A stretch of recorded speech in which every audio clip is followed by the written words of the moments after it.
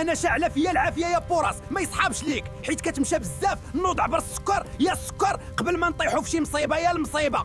حاس برجليك بارده بحال الا تجمدت، راه الدوره الدمويه ديالك ضعيفه، تحرك شويه وما تبقاش جالس طول النهار نوض، دير شويه د الرياضيه. حاس بالدكان في الرجل البلي بحال الا الابر كيتغرسوا فيك، يمكن يكون نقص في فيتامين بي 12. كول الحوت والبيض ورد بالك لصحتك.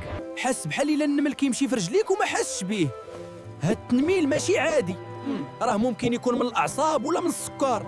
شوف هاد النفخه، الا كانت رجليك كتنفخ بزاف يمكن يكون احتباس السوائل، نقص الملح، ورد بالك شنو كتاكل يا بوراس.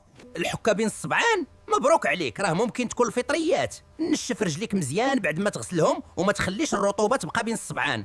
عندك هاد العروق الزرقين، هذه ممكن تكون الدوالي، خصوصا الا كنتي كتوقف بزاف في النهار. خصك تقاشر مزيرين، راه كيساعدوا تدفق الدم محلي. هز رجليك للفوق باش ترتاح الدوره الدمويه، ولكن ما تنساش الرياضه، راه مهم العلاج هاد الدوالي بحالها. باش تبقى مرتاح دير تحاليل وتهلا في صحتك، وصيفط الفيديو لشي صاحبك اللي ديما كيشكي بالرجلين.